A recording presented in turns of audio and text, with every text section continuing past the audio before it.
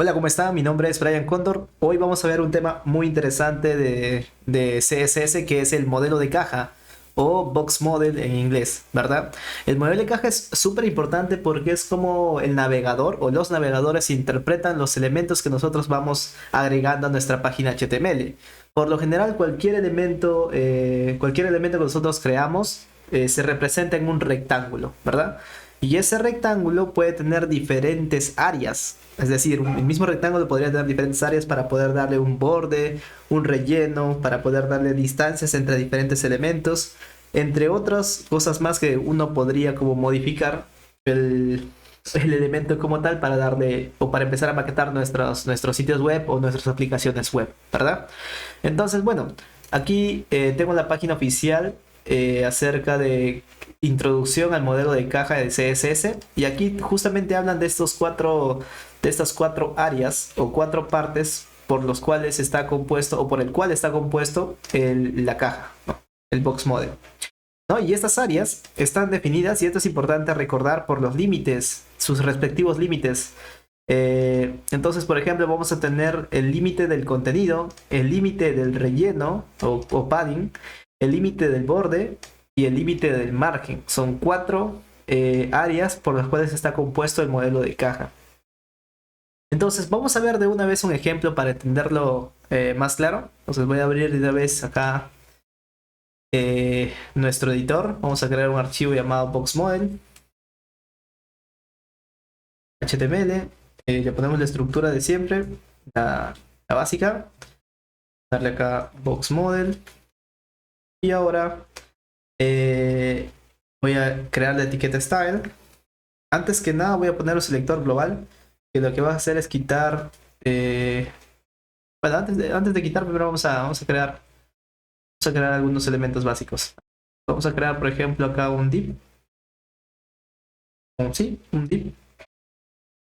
Que va a tener una clase llamada box o caja. Vamos a ponerle caja mejor. Vamos a crear tres de estos. Bien, tres divs. Ok, listo.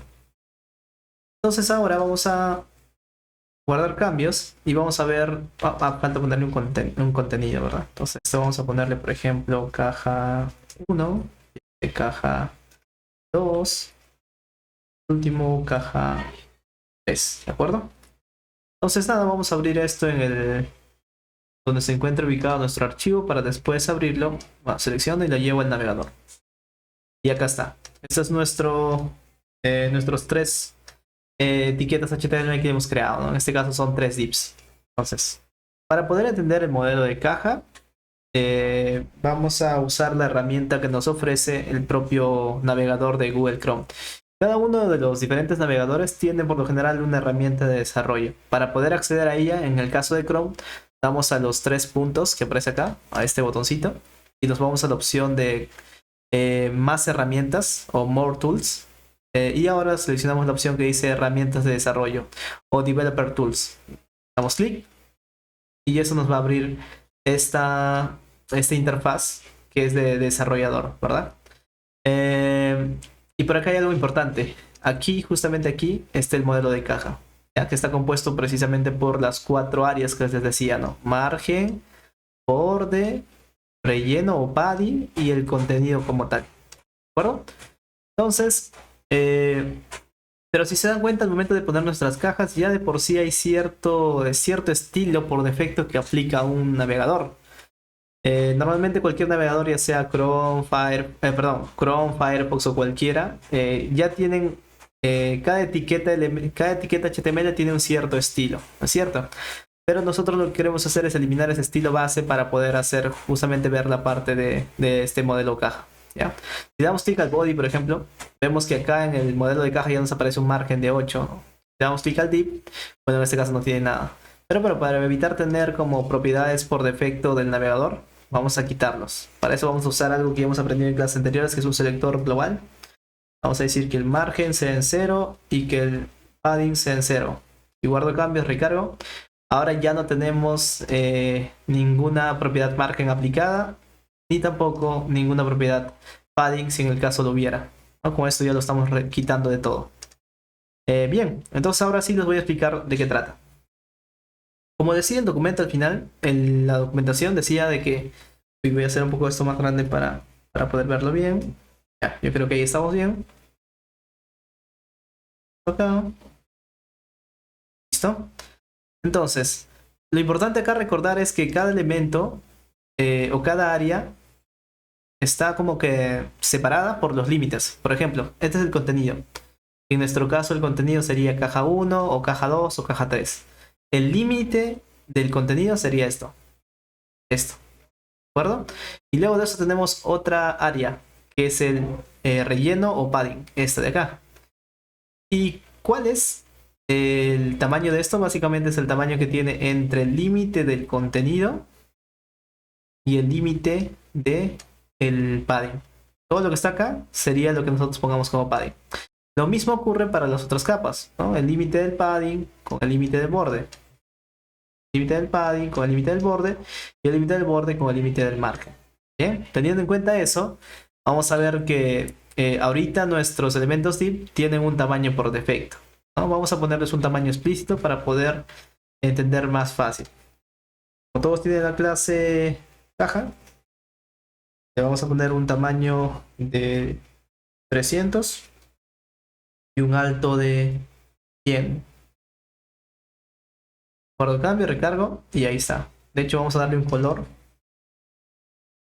Vamos a ponerle el color Sky Blue. Guardo cambios, recargo.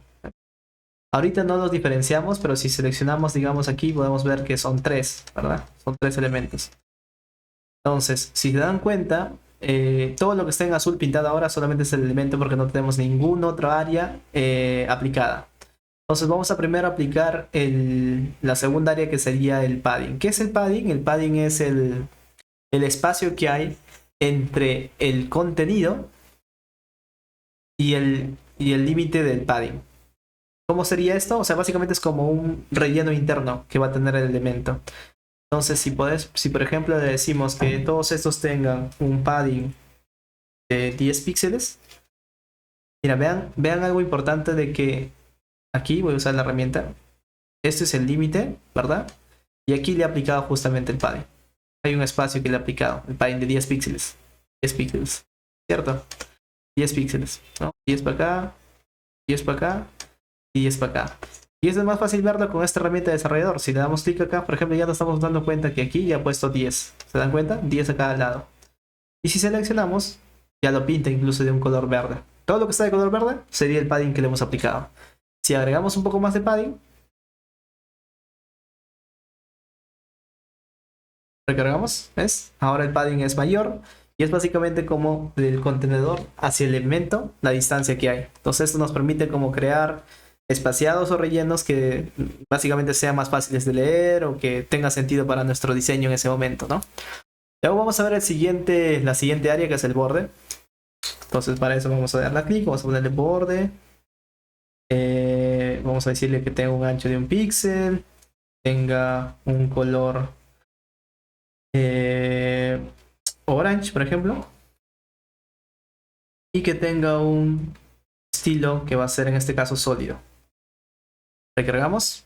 Es súper pequeño, pero se puede ver cómo se está aplicando el borde. Si acá le podemos agregar, por ejemplo, 5 píxeles y recargamos, se dan cuenta de que se está aplicando el borde a cada uno de los elementos. Si yo, por ejemplo, selecciono aquí, ¿no? Pueden darse cuenta de que ya nos selecciona cuál sería el elemento y cuál sería el borde que tenemos aplicado. Vamos a darle un poco más. En vez de 5, vamos a ponerle 10. Ahí está. ¿Eh? ¿Por qué acá aparece? Da como la sensación de que acá hay más borde, ¿no? Eso pasa porque, bueno, está el borde de la caja 1 y el borde de la caja 2. Es por eso que se está mostrando de esa manera. Entonces, ahora lo que vamos a hacer es entender un poco en qué implica que nosotros podamos tener padding y borde. Si recuerdan, en un inicio nosotros hemos puesto que el tamaño de nuestra caja va a ser de 300 de ancho y de 100 de alto, ¿no es cierto? Entonces, si nosotros seleccionamos esta herramienta de aquí, justamente en la parte de acá, vamos a poder dar clic ahí y seleccionar un elemento. Por ejemplo, este primer elemento. voy a poner voy a poner el mouse encima del elemento y dense cuenta en la parte de abajo hay un pop-up que se muestra con la información del tamaño del elemento que nosotros tenemos. En este caso, un elemento con la clase caja, ¿no es cierto? Si se dan cuenta el tamaño de esta caja, el ancho es de 360 píxeles y el alto es de 160 píxeles. Pero ¿cómo así? Si yo le apliqué que sea un ancho de 300 píxeles y un alto de 100 píxeles. Es aquí muchas veces la confusión cuando uno empieza a maquetar y dice, oye, pero qué raro, yo solamente le puse que sea 300 píxeles, pero al final me da un resultado final. Es por el modelo de caja. Es porque si nosotros hacemos la suma, aquí, por ejemplo, del ancho, lo que está aplicando es el 300 píxeles que le aplicamos de ancho más el padding más el borde y más, bueno, en este caso el padding y el borde, ¿verdad? Entonces, si se dan cuenta, sería 300 más 30, 330. Y eso es del lado izquierdo. Ahora, el lado derecho, 20 y 10. Sería 330 más otros 30, serían 360. Si nos fijamos por acá, en efecto, tiene 360 de tamaño de ancho. Lo mismo para el lado, en este caso para el alto, ¿no? Si se dan cuenta, el alto era de 100, el alto es de 100, más 30, sería 160. Entonces de ahí es donde precisamente sale esos números, ¿no? De que el alto sea de 160 y el ancho sea de 360. Esto es importante tenerlo en cuenta, siempre es algo muy común que pase, de que veas que el diseño no se parece al que esperas porque, bueno, no está dando los tamaños que tú realmente deseas. Hay formas de poder cambiar este comportamiento y que realmente, aunque le apliques un borde, aunque le apliques un padding, el tamaño final se mantenga, pero eso lo vamos a ver más adelante, ¿vale? Pero bueno, de momento quiero que se queden con esta idea. Cada una de las áreas nos sirve para poder aplicarle como diferentes estilos a nuestro propio elemento. Hay uno más que nos falta ver, que es el margen. El margen es la distancia que hay entre diferentes elementos. Entonces, si vamos al margen, si vamos por ejemplo acá y le ponemos margen, por ejemplo, vamos a ponerle un margen de 40 píxeles. ¿De acuerdo? Guardo cambios, recargo. Mira, fíjense bien de que cada una de nuestras cajitas se ha alejado tanto por este lado, por el lado superior, por el lado inferior y lo mismo para el lado, digamos que entre partes, ¿es cierto? Entre diferentes elementos se han separado. Pero a diferencia del borde, el padding y el elemento como tal, que cambiaban el tamaño final de mi caja, el margen no lo hace. Si nosotros pues vamos a seleccionar la herramienta, dense cuenta de que el tamaño sigue siendo 360 y 160. 360 de ancho y 160 de alto. Esto es importante tenerlo en cuenta porque a diferencia del borde o el padding, el margen es una distancia que se comparte entre todos los elementos, ¿no? Por ejemplo, acá se está compartiendo con el de abajo. Por eso es que vemos que tenemos un margen de 40 hacia abajo y también margen de 40 hacia arriba, margen de 40 hacia abajo, pero el siguiente elemento, por ejemplo en la caja 2, tiene también margen de 40 hacia arriba y margen de 40 hacia abajo, pero si se dan cuenta no pasa, como antes pasaba, recuerdan de que estos dos teníamos como un borde bien grueso entre esos dos elementos porque estaban pegados, ¿no es cierto? Aquí no, mira, dense cuenta de que aquí tenemos 40 y aquí tenemos 40 también, no tenemos 80 y aquí tenemos 40 también. Entonces aquí en este caso se están digamos, combinando, ¿no? Los márgenes. Esa es la gran diferencia también con respecto a los márgenes. Entonces, a modo de resumen, el modelo de caja básicamente tiene diferentes áreas que vamos aplicando a nuestros elementos y el área, digamos, del elemento, que es la parte azul, el área padding y el área de borde, sí afectan al resultado final del elemento, mientras que el margen es la distancia que es compartida entre los diferentes elementos. Digamos que ese es el resumen completo. Yo creo que hasta ahí estamos bien. Igual si quieren como jugar un poco más con esto, les recomiendo como estar cambiando estas propiedades con los montos que ustedes deseen, con los números, la cantidad que ustedes deseen. Por ejemplo, si se dan cuenta, ahorita le hemos puesto tamaños exactos a todos, porque hemos usado el margen y el padding. Esta es una versión resumida de esta propiedad, pero también puedes aplicarle la propiedad, digamos, a una cierta ubicación nada más. O sea, las 4 ubicaciones. Permítanme explicarle. Acá tenemos padding. Y acá tenemos 4 propiedades. Podemos aplicar padding left, o sea, solamente padding a la izquierda, padding top, padding hacia arriba, padding bottom hacia abajo y padding right hacia la derecha. Vamos, por ejemplo, a cambiar esto y solamente vamos a aplicar a todos un padding left. y le vamos a poner el mismo monto que estaba. ¿Cuánto era? 20. ¿No? En vez de que sea un padding global, que sea solamente un padding left. Si guardamos cambios y actualizamos, mira, dense cuenta de que nuestro elemento, es el de acá, solamente tiene una distancia del lado izquierdo, un padding del lado izquierdo y ya no del lado superior, ni inferior, ni la derecha. Bueno, en este caso se muestra así porque acá hay más espacio, ¿no? Entonces eso es importante también tenerlo en cuenta, que no siempre tengo que aplicar el mismo tamaño. Por ejemplo, acá podemos ver, no siempre tengo que aplicar el mismo tamaño a todos los lados. Si queremos hacerlo, está bien, pero si queremos algo más personalizado, también lo podemos hacer con las propiedades padding left, padding right, padding top y padding bottom. Lo mismo para el margen y lo mismo para el borde. Bueno, entonces hasta este punto vamos a dejar la clase. Ya en siguientes clases vamos a tratar de crear componentes con mucho más estilos y así ir avanzando poco a poco combinando todos los conceptos que hemos aprendido hasta este punto. Dale, nos vemos en la siguiente clase.